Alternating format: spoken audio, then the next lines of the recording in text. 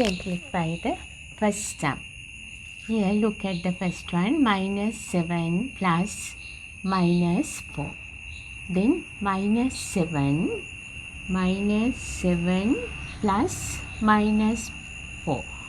Plus minus makes minus 4. Then the answer comes minus 7 minus 4 equals minus 11. That is the answer. We'll move to the next one. Minus 3x plus minus 4x. Minus 3x plus minus makes minus 4x.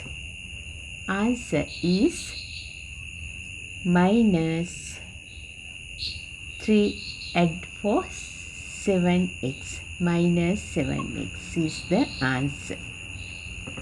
We'll move to the next one. 3a plus minus 3a. 3a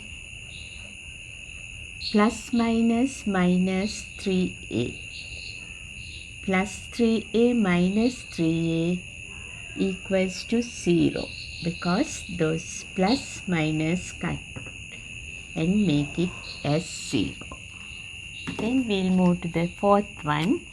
4y minus minus 3y. 4y minus minus makes plus 3y. 4y plus 3y equals to 7y. Very easy methods you have to study.